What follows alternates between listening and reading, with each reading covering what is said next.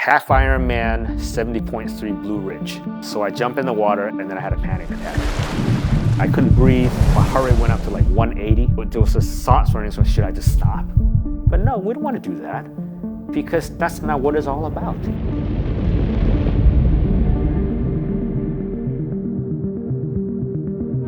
Edward Wang. Let's call me Ed.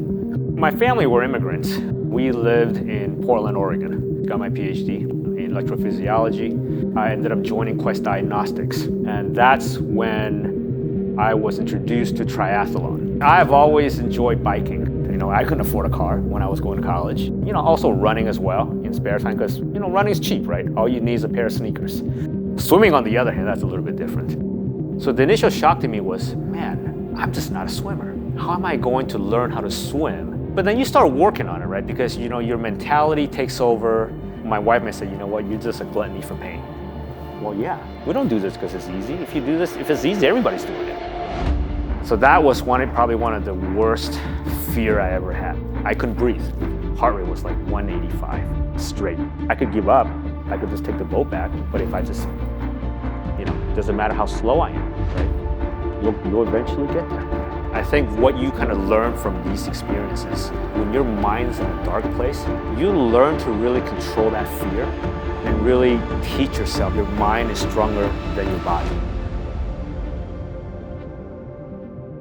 That also translates to other parts of your life. The race is only a part of that. It's a snapshot in time. It's the embracement of this mentality and the lifestyle. We do this because we want to be healthy, right? We want to inspire others.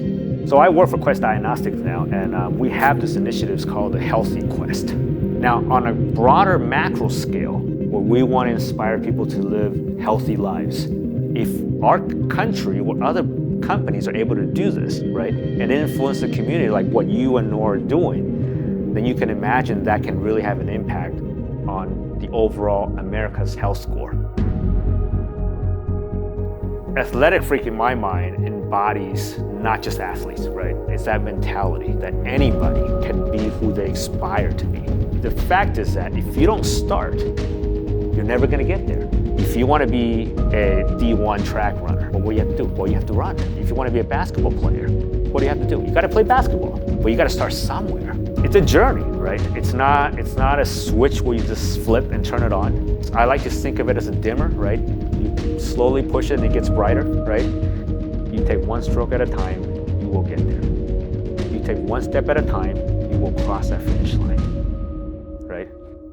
Whether it's swimming or running or biking, it's the same exact thing. You just have to take one step at a time. And guess what? The best part is everybody gets the same medal. That's the beauty of it, right? Because you're celebrated like everyone else.